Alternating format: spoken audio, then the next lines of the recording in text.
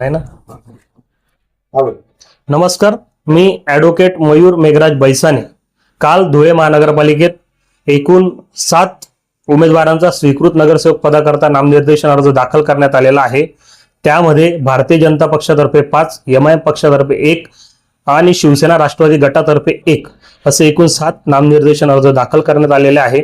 परंतु हे 7ही उमेदवारांमध्ये डॉक्टर, वकील, इंजिनियर, पत्रकार, प्राध्यापक अशा विविध क्षेत्रातील एकही बुद्धिजीवी घटक नाही. सदरची बाब सर्व बुद्धिजीवी घटकांवर अन्यायकारक आहे. सर्वात महत्त्वाचं म्हणजे ही सर्व 7ही उमेदवार कुठल्या तरी सेवाभावी संस्थेचे पदाधिकारी आहेत, एकाच क्रायटेरियातले आहे असे घेण्यात आलेले आहेत. सदरची गोष्ट बेकायदा आहे. यापूर्वी देखील महानगरपालिकेत 2009 ते आतापर्यंत एकूण 16 उमेदवार झाले. हेही कुठल्या तरी सेवाभावी पक्षाचे, सेवाभावी संस्थेचे पदाधिकारी आहेत. या ग्राउंडवर त्यांना घेण्यात आलेलं होतं. सदरची गोष्ट महाराष्ट्र महानगरपालिका नामनिर्देशन अर्हता व नियुक्त्या नियम 2012 ला कुठेही अभिप्रेत नाही.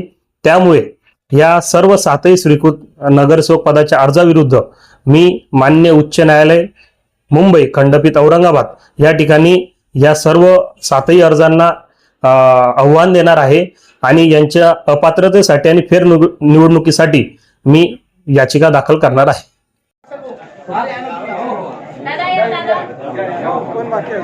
कोण राहिलं?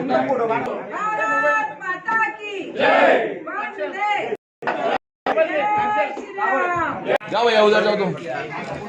थांबा थांबून जा थांबून.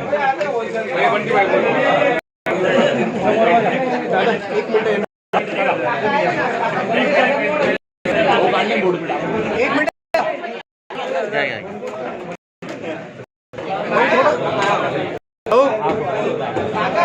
भैया